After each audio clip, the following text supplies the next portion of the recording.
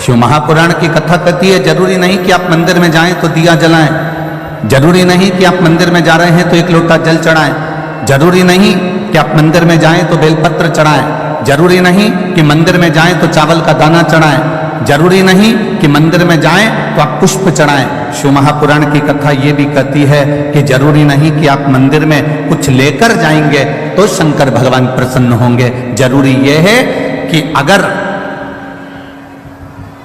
मंदिर में पहुंच भी गए हो और अपने दोनों हाथों का प्रयोग आपने मंदिर की सफाई में भी कर दिया तो वो बेलपत्र और जल चढ़ाने से बड़ा होता है। मंदिर की देखभाल में कर दिया तो वो मंदिर में सुख प्रदान करने से ज्यादा प्रबल होता है।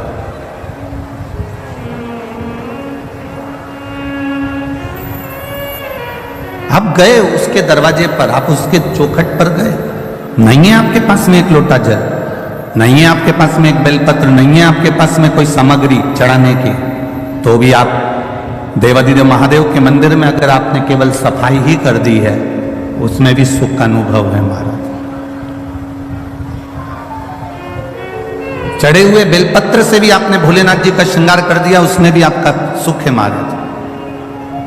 और इतना भी जाने दो, अगर मंदिर के दरवाजे से मंदिर के अंदर प्रवेश भी नहीं कर पाए तो केवल मंदिर की चौखट के सामने से निकलते निकलते उसके शिखर का मात्र दर्शन भी कर लिया तो समझ लो कि हमारी जीवन की सार्थकता हो गई, हमारा जीवन धन्य हो गया।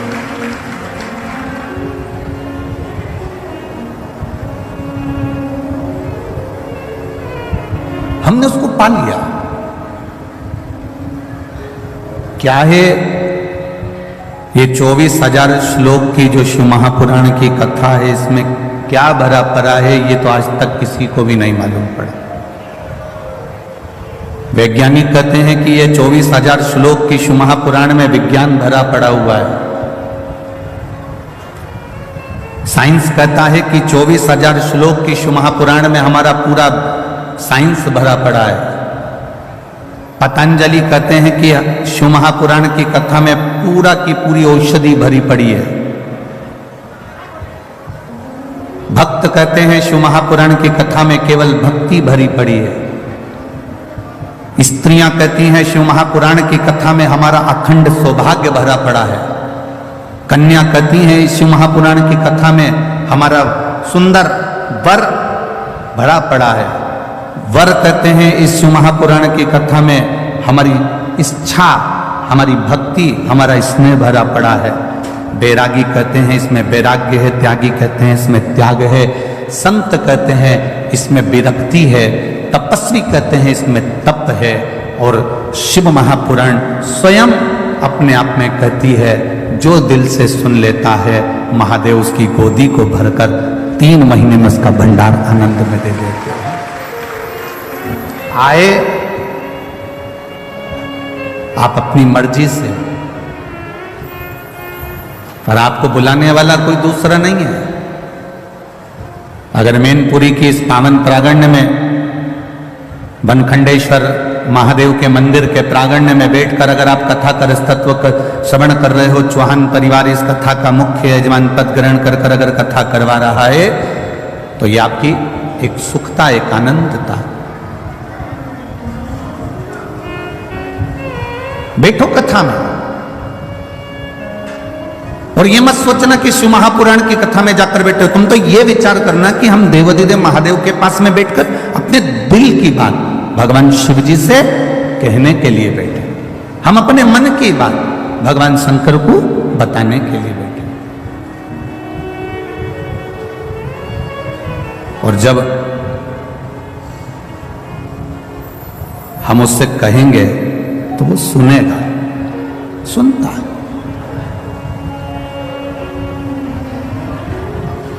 कोई कहे कि गुरुजी पहले दिन की कथा सुनना चाहिए कि दूसरे दिन की कथा सुनना चाहिए कि तीसरे दिन की कथा सुनना चाहिए कि चौथे दिन की कथा सुनना चाहिए, 5वें दिन की सुने, 6ठे दिन की सुने, 7वें दिन की सुने, सुने कब की?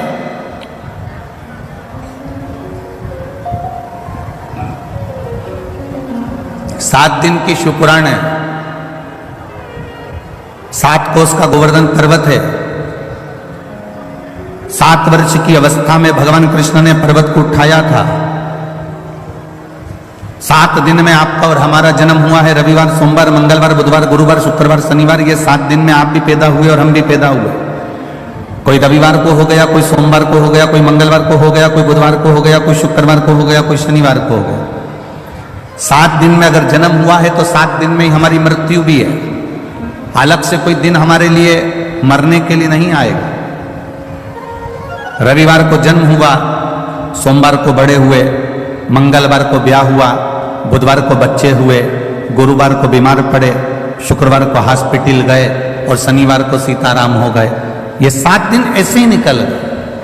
अब इन 7 दिन में से अगर एक क्षण, एक दिन, एक पल, एक घड़ी, यहां तक शिव महापुराण की कथा कहती है कि एक क्षण की भी अगर हमने शिव महापुराण की कथा को श्रवण करा है तो हमने अपनी जिंदगी को सार्थक बना लिया, हमने अपने जीवन की सार्थकता प्रकट कर। कोई कहे कि पहले दिन की कथा सुने, कि दूसरे दिन की कथा सुने, कि तीसरे दिन की सुने, जिससे भगवान हमारे मन की मनोरथ पूर्ण कर दे।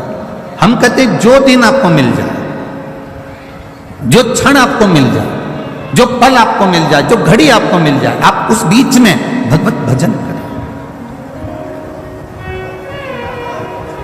कोई गारंटी है? अरे बोलो तो रे मैनपुरी वालों, कोई गारंटी है कि तुम 80 साल जियोगे, कि 70 साल जियोगे, कि 100 साल जियोगे, कि 50 साल जियोगे? यहाँ तो शिव पुराण की कथा कहती है एक दिन की भी गारंटी नहीं है महाराज। एक कपड़ा लेकर आते हो तो उसकी गारंटी दे देता है, मेरी 1 साल की गारंटी है कि इस कपड़े का कलर नहीं जाएगा। एसी लेकर आते हो तो उसकी गारंटी हो जाती है। सीमेंट की बोरी लेकर आते हो तो उसकी गारंटी हो जाती है। ईंट लेकर आते हो तो उसकी गारंटी हो जाती है। सरिया लेकर आते हो तो उसकी गारंटी हो जाती है। कूलर, फ्रिज लेकर आते हो तो उसकी गारंटी हो जाती है। पर केवल किसी को ले जाकर अपनी पत्रिका भी दिखा दोगे और वो पंडित जी ने कह दिया कि ये तो 80 साल जिएगा, तो तुम पंडित जी से कह दो कि लिख कर दे दो कि गारंटी कार्ड बना दो कि मैं 80 साल तक जीऊंगा, तो पंडित जी भी कह देंगे ये कोई भरोसा नहीं कि तू 80 साल जिएगा, क्योंकि शरीर की कोई गारंटी नहीं। ये कब चलेगा, इसका प्राण पखेरु कब समाप्त हो जाएगा, इसकी कोई गारंटी।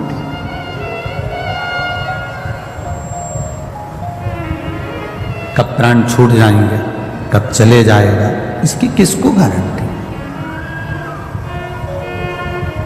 पहला दिन मिले तो भी भजन करिए, दूसरा दिन मिले तो भी भजन करिए, तीसरा दिन मिले तो भी भजन करिए, चौथा दिन मिले तो भी भजन करो, 5वां दिन मिल जाए तो भी भजन करो, 6ठा दिन मिल जाए तो भी करो।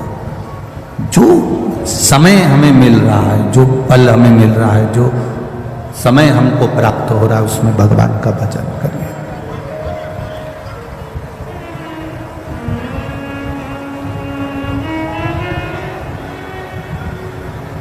एक देवराज नाम का ब्राह्मण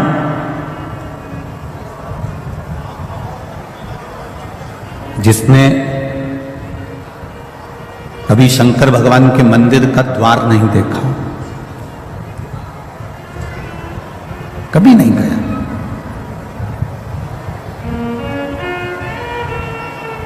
पहली बार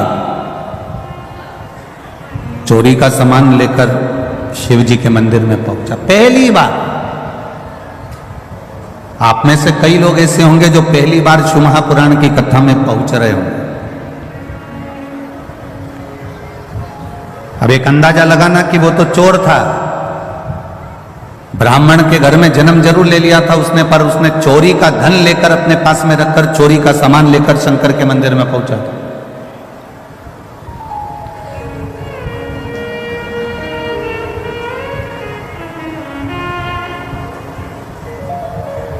आप में से कई लोग ऐसे हैं जो पहली बार शंकर जी के मंदिर में आ गए होंगे, पहली बार शिव महापुराण की कथा में गए होंगे।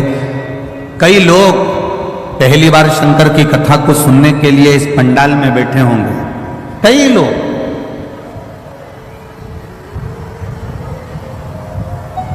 देवराज भी पहली बार भगवान शिव के द्वार पर गया, देवराज भी पहली बार भगवान शंकर के मंदिर गया, पहली बार। वो भी चोरी का धन था, शरीर में ताप था, बुखार आ रहा था, शरीर में कष्ट भरा हुआ था, शरीर में कष्ट हो रहा था, इसलिए वो शिव जी के मंदिर में जाकर थोड़ा सा उसको लगा कि मुझे ठंड लग रही है, मुझे बहुत तेज ताप हो रहा है, मुझे बहुत तेज बुखार हो रहा है, तो वो थोड़ा सा एक जगह जाकर छुप गया, मंदिर के अंदर उसने शरणागति ले ली।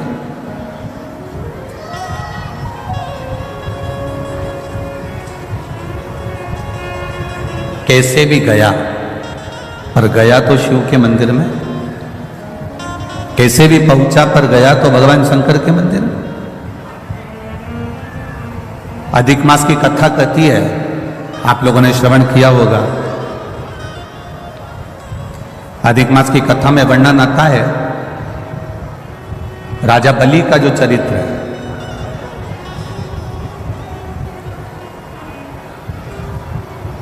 ये राजा जो बलि था, जिसके दरवाजे पर भगवान वामन भगवान भिक्षा मांगने के लिए गए, इसका चरित्र अधिक मास की कथा में स्कंद पुराण में भी आता है, विष्णु पुराण में भी आता है, वराह पुराण में भी आता है, वामन पुराण में भी आता है, कूर्म पुराण में भी आता है, मत्स्य पुराण में भी इसका वर्णन आता है।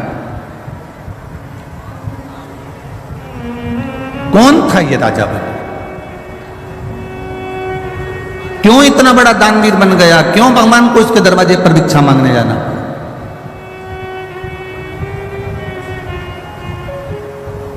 एक जुआरी था ये, बहुत बड़ा जुआरी, केवल जुआ खेलता था। इतना बड़ा दोस्तों के साथ बैठकर जो जुआ खेलना चालू करा, जुआ चलता रहा, हर बार हारता था। जुए में आज तक नहीं जीता।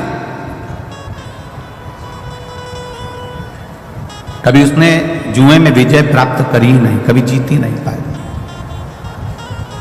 जितने लोग आस्था चैनल पर कथा सुन रहे हैं, जितने फेसबुक यूट्यूब पर कथा सुन रहे हैं, और जितने इस मैनपुरी के पावन प्रांगण में, वनखंडेश्वर मंदिर के इस पावन प्रांगण में कथा सुन रहे हैं, बड़े सावधानी से सुनिएगा। कभी नहीं जीता, जुआरी था। अब जुए में लिप्त रहा करता था, जुआ खेला करता था, जुए में लगा रहता था। एक दिन एक शंकर भगवान के कोई उपासक, शिव के कोई भक्त बैठे थे और भगवान शंकर की आराधना में डूबे हुए थे। जुआरी ने विचार करा कि मैं करूं तो करूं क्या, कि मेरी जीत कैसे हो जाए, मैं जीतूं कैसे? ऐसा कोई कार्य करा जाए जिससे मेरी जीत हो जाए और सब कुछ मेरा हो जाए। परंतु ये आज तक जिंदगी में कभी जीतता ही नहीं था।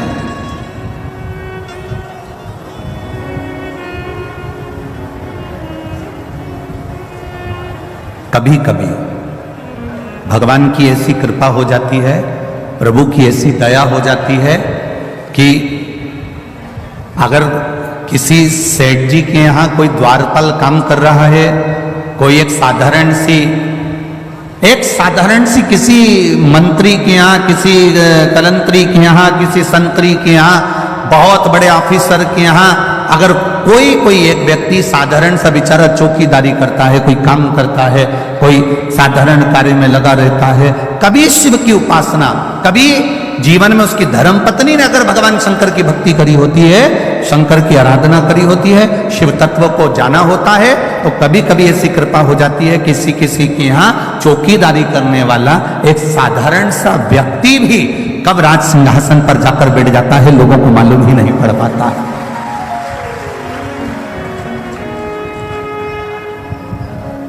एक साधारण सा काम करने वाला व्यक्ति भी कब सिंहासन पर जाकर बैठ जाएगा, किसी को नहीं मालूम। ये उस शिव की कृपा, ये देवादिदेव महादेव की करुणा है, ये उनकी दया है, ये उनकी उदारता।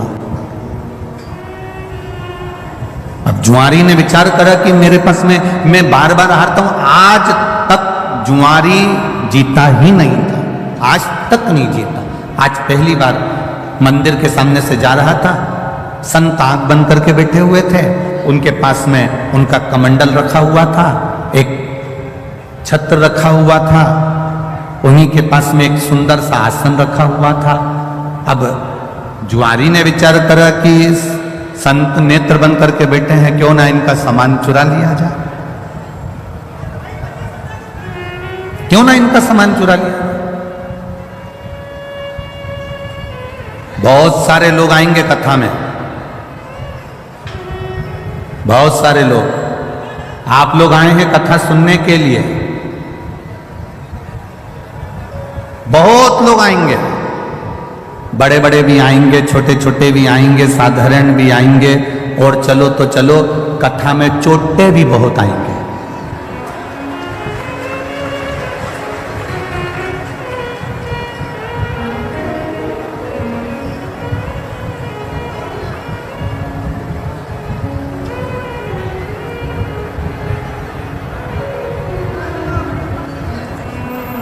दो लोग बहुत जल्दी गायब होते हैं महाराज।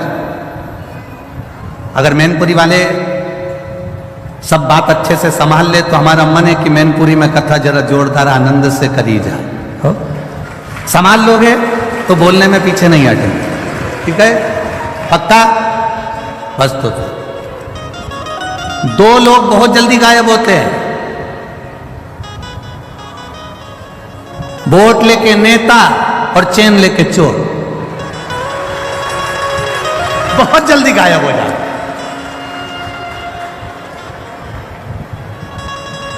अब मिलेगी क्या? एक वीडियो किसी मीडिया वाले ने बड़ा बड़ा भाव से डाल दिया, एक वीडियो डाला उन्होंने कि बेचारी कल वो शोभा यात्रा निकल रही थी और उसमें दो माताओं की कोई चेन कट गई होगी, वो रो रही थी, तो उनका वीडियो खूब चला और वो रो रही हैं और उनका चेन चली गई, चेन चली गई, उनकी चेन चली गई। अब इतनी आप लोग टीवी पर कथा सुनते हो, इतनी बार आप कथा में जाते हो, हमने हर बार टीवी पर कथा में कहा, बोलो बोला कि नहीं बोला? ईमानदारी से बोलो रिजी जी, क्या बोला था? सोने की कोई रकम लेकर कथा में मत जाओ, कीमती सामान लेकर कथा में मत जाओ, अपना कोई सामान लेकर कथा में मत जाओ, केवल अगर लेकर जाना तो 2 पानी की बोतल लेकर जाओ, और अपने बैठने के लिए अपने को कोई दवाई वगैरह, वैसे तो शिव महापुराण में किसी चीज की जरूरत नहीं पड़ेगी, ये विश्वास रखिए देवाधिदेव महादेव से। पानी की 2 बोतल साथ में लेकर जाओ, और बन सके तुम्हारे घर में अगर रोटी थोड़ी 2-4 ज्यादा बना लो, तो तुम जहां बैठकर कथा सुनती हो, अपनी पड़ोसन के लिए, कोई बाहर से कथा सुनने के लिए आया है, उसके लिए 4 रोटी अचार ऐसा बांध कर लेकर आओ और उसका मुंह झूठा करा कर जाओ। इतना जरूर हम शिव पुराण में कर।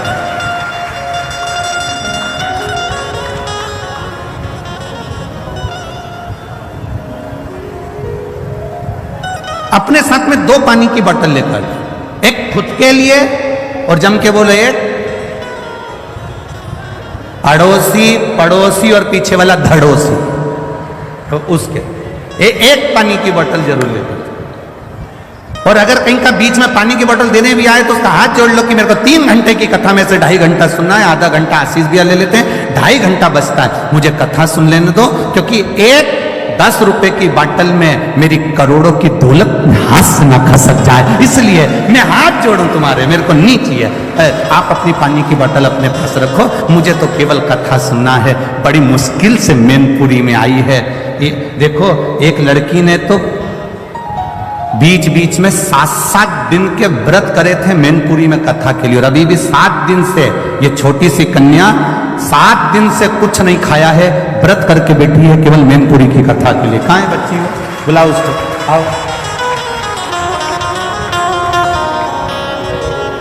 7 दिन से इस कन्या ने कुछ नहीं खाया, केवल व्रत कर रही है कि शिव महापुराण की कथा हो जाए और शंकर जी की कथा एक बार प्रारंभ हो जाए। एक बार जोरदार ताली बजाओ इस बच्ची पे।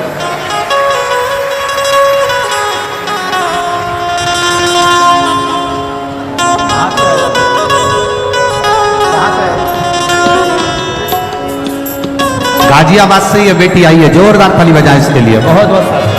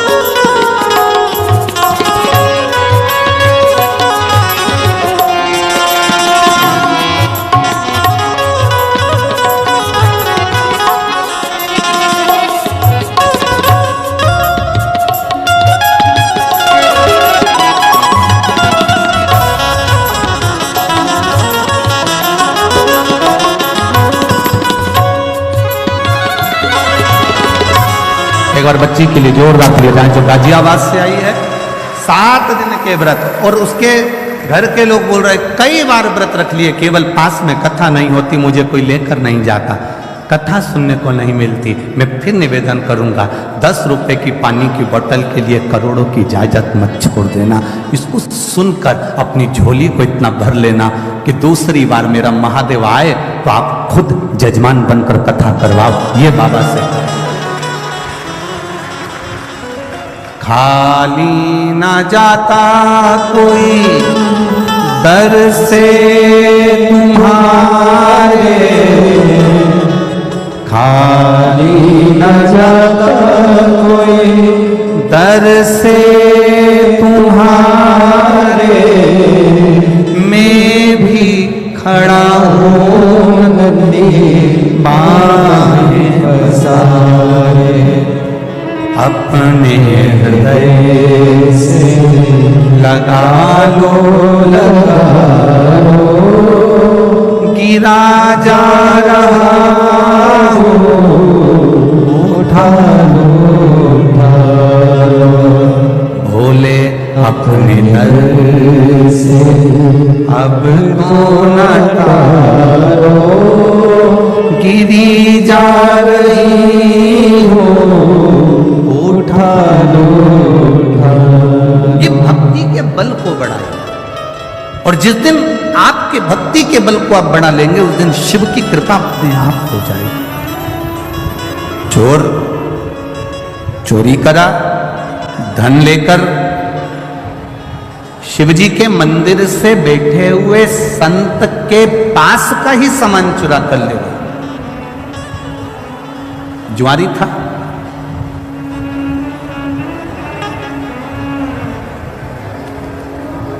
कमंडल, छतरी, आसन ले गए। आते हैं लोग, बहुत आते हैं कथा सुनने के लिए। अगर संत आएंगे, साधु आएंगे कथा सुनने के लिए, कोई भक्त आएगा तो कथा सुनने के लिए चोर भी आएगा। आपका ध्यान भगवान में रहता है, चोर का ध्यान तुम्हारे गले के मंगलसूत्र और चेन और मोबाइल और पर्स पर रहता है। पर एक बात अपनी जिंदगी में उतार कर रखना इस व्यासपीठ से, चोर ने ना जाने कितनों की चेन काटी होगी, बोलो सही बात है कि गलत बात। एक चेन 70,000, 80,000, 1 लाख, 1.5 लाख की होगी। ऐसी उसने ना जाने कितनों की चेन काटी होगी, तो भी आज तक चोर करोड़पति नहीं बन पाया। जिसकी चेन चली गई, भोलेनाथ ने 6 महीने में उसके गले में दूसरी और बढ़ाकर चेन पहना। जिसकी गई उसने बाबा ने फिर दे दी, उसने फिर मेहनत करी, फिर काम करा और फिर अपना कर्म कर कर उसने चेन बनवा ली और गले में पहन ली। पर चोटा अभी तक भी चोटा की चोटा ही रहा, और चोटा आज तक ठीक नहीं। कोई सोने का सामान लेकर मत जाओ। अगर आयो कथा में तो हम तो बाबा से मिलने के लिए आए, हम बाबा से मांगने के लिए आए, हम बाबा से अपने दिल की बात कहने के लिए आए। दिल की बात।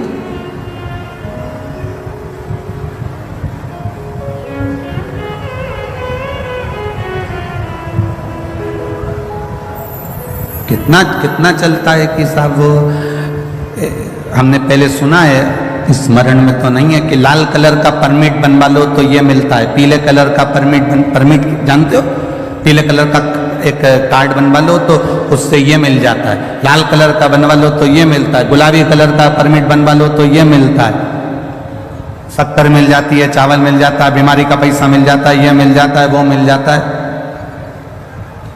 एक परमिट पीला कलर का बनवाया तो ये मिल जाएगा, गुलाबी कलर का बनवाया तो ये मिल जाएगा, लाल कलर का बनवाया तो ये मिल जाएगा। शिव महापुराण की कथा कहती है एक परमिट तुम्हारे शंकर की भक्ति का भी बनवा लो, क्योंकि वो अंत समय तक चलता है, जब तक तुम्हारी श्वास चलती है, अंत समय वो दिखता है।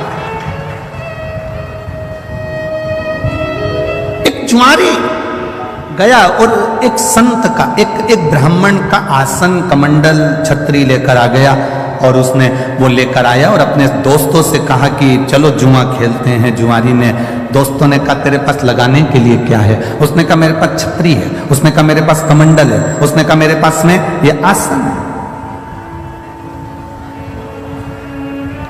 दोस्तों ने कहा फिर ले आया थोड़ा बहुत सामान, चल बिठाओ, जिंदगी में आज तक जीता तो है ही नहीं, हारेगा। सब बैठ गए, जुआ चालू हुआ। दोस्तों ने अपनी अपनी जिंदगी की पूरी कमाई उस छाता कमंडल आसन में लगा दी और आज ऐसा योग बन गया कि जुआरी जीत गया। और जुआरी जीत गया, खूब पैसे वाला बन गया, पैसे वाला बन गया। तो जब व्यक्ति के पास में धन बढ़ने लगता है, जब व्यक्ति के पास में थोड़ी सी संपदा बढ़ने लगती है, तो उसके 3 मित्र बन जाते हैं। पहला ताली, प्रशंसा करने वाले। दूसरे नंबर का थाली, होटल में खिलाने वाले। तीसरे नंबर का प्याली, मदिरा पिलाने वाले। ये उसके 3 मित्र बन जाते हैं।